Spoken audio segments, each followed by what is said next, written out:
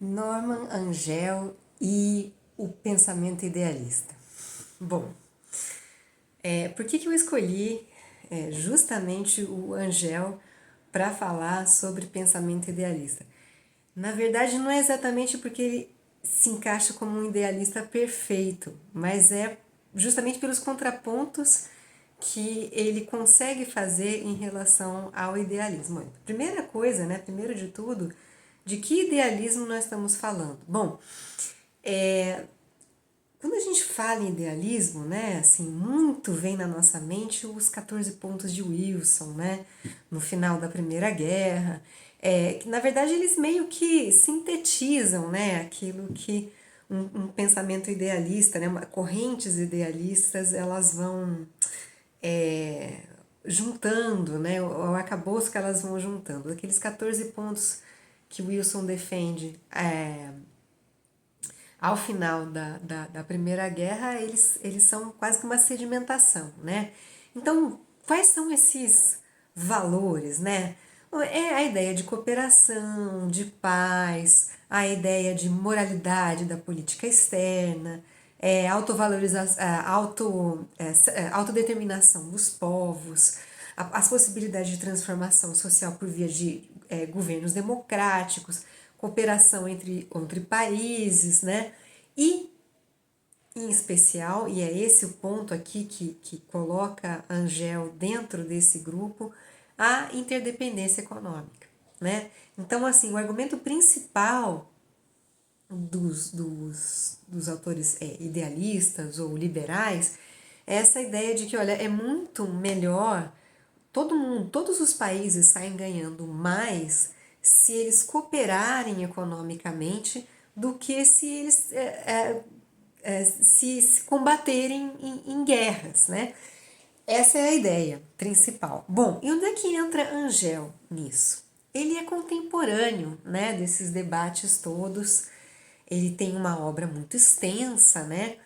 E certamente o livro dele que fica mais famoso, né, é A Grande Ilusão, que tem a primeira publicação em 1910.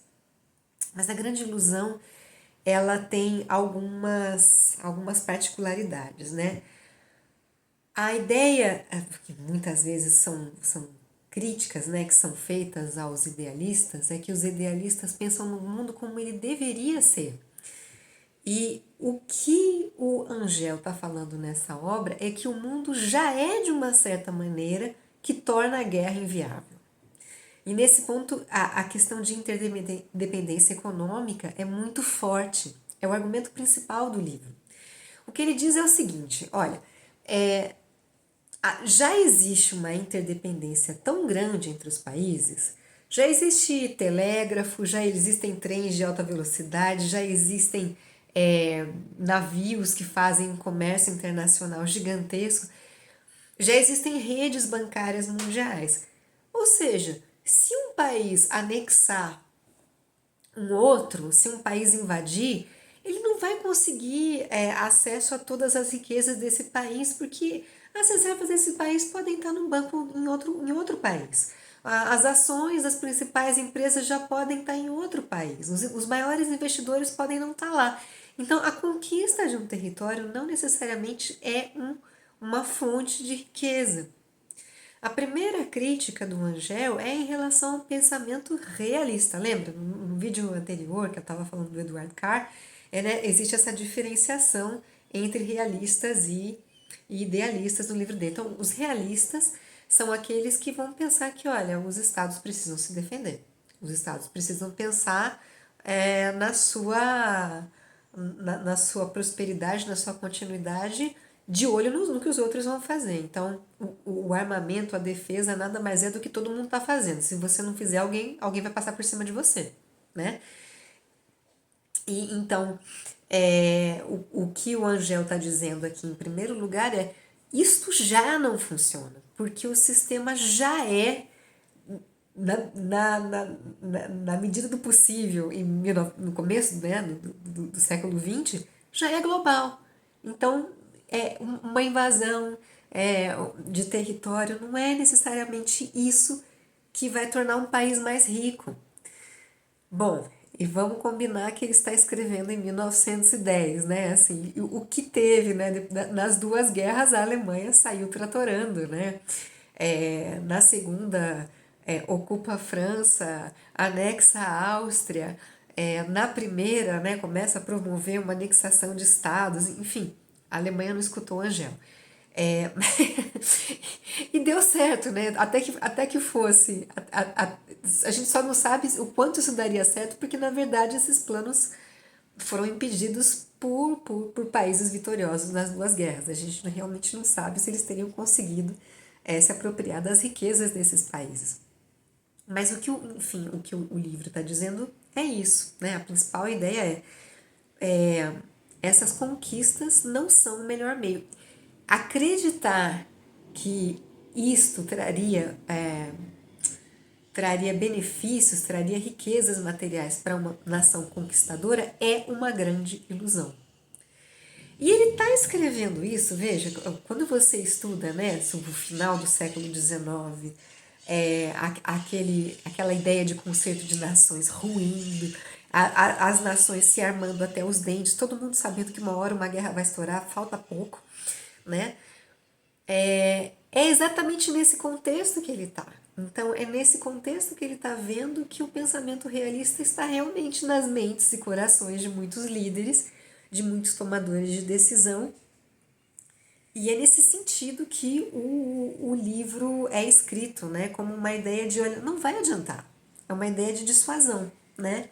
Mas, ao mesmo tempo, ele também se diferencia de correntes idealistas mais idealistas, não queria usar a palavra ingênuo aqui, mas de pensamentos mais puros, né? Assim, porque ele pensa, olha, eu não estou falando que tem que ter desarmamento unilateral nenhum.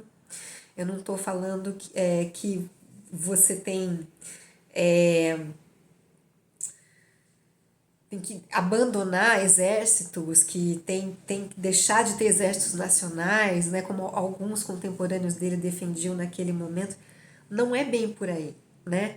O que eu estou querendo dizer é que essa dependência já existe e a guerra não vai resolver esse problema. A guerra não vai tornar ninguém mais rico, muito pelo contrário, ela acaba abalando o sistema todo. Ele faz uma análise da América Latina, né? Ele usa o exemplo de diálogos entre a América Latina que ele vê de uma maneira bem mais positiva que a Europa, né? Vamos lembrar aqui, né, o Brasil recentemente republicano e as tratativas com os congressos pan-americanos, né? É mais ou menos por aí que ele está vendo essas, essas esses resultados um pouco melhores, né, assim, das trocas entre países. E realmente a gente tem uma distensão, né, nesse momento das relações entre os dois principais países, né, Brasil e Argentina, uma espécie de intervalo de cooperação, né, assim, eu não vou entrar muito nisso agora. A gente vê também o Brasil protagonizando questões lindeiras, né? Resolvendo problemas territoriais de uma maneira diplomática. Então é nesse movimento que ele tá ligado. E ele fala, olha, a industrialização para os países latino-americanos só vai trazer ganhos, né? Porque através da industrialização eles vão começar a ter trocas comerciais cada vez melhores, de maior qualidade. Então, assim, isso só tem a contribuir com a paz. Por outro lado, ele vê a industrialização nos Estados Unidos nessa mesma época como também responsável por uma grande potência, né? Uma potência que acaba ganhando a guerra com a Espanha também, né? Nessa primeira década, né? do século XX, e falou assim, não é só porque a industrialização que vai trazer, não é uma panaceia para todos os problemas, né? Vamos industrializar e evoluir e parar de ser bélicos. Os Estados Unidos justamente consegue bater, né? Consegue vencer uma potência antiga, né? Uma potência europeia antiga, porque está se industrializando. Então não é uma visão ingênua a respeito de industrialização. E finalmente, assim, existem... a obra dele ela foi recebida por diversos setores da sociedade de vários países, né? Assim, ela tem até elogios militares, né? Sobre ela, porque ela não vai defender um liberalismo ingênuo, na verdade, né? Ela vai se basear, né, ter fundamentos econômicos e políticos. Existem militares que veem nos Estados Unidos que veem a obra dele e chegam a ver como realista, no sentido de que não é uma coisa tão moral, né, e tão pensando tanto em valores humanitários sim, apenas, como são outros autores idealistas, né, contemporâneos a ele, ao Angel, né? E, bom, é bom ressaltar também que esse livro ele tem diversas edições. Algumas edições elas são prefaciadas por ele mesmo, né? E é nesses prefácios que ele vai tentando se distinguir de um idealismo ingênuo, né? Um idealismo sem um embasamento na realidade, né? Assim, na visão dele. E, enfim, o prefácio em que eu estou me baseando é o prefácio do José Paradiso para a edição brasileira, em que ele nota, né, essa autorreflexão que o Angel vai fazendo através dos seus próprios prefácios, né, a outras edições.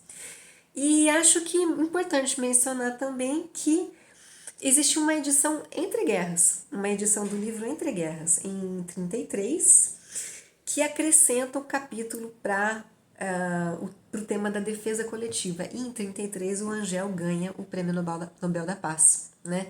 Então veja, mesmo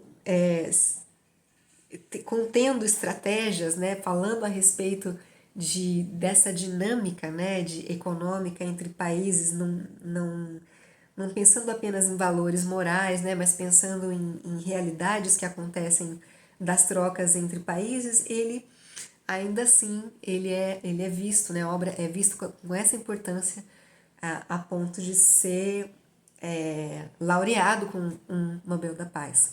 Bom, eu espero que essa pequena explicação tenha sido proveitosa para vocês, para entenderem, né, um pouco sobre o idealismo e um pouco sobre correntes, né, que são vistas, né, assim, são encontradas dentro do idealismo.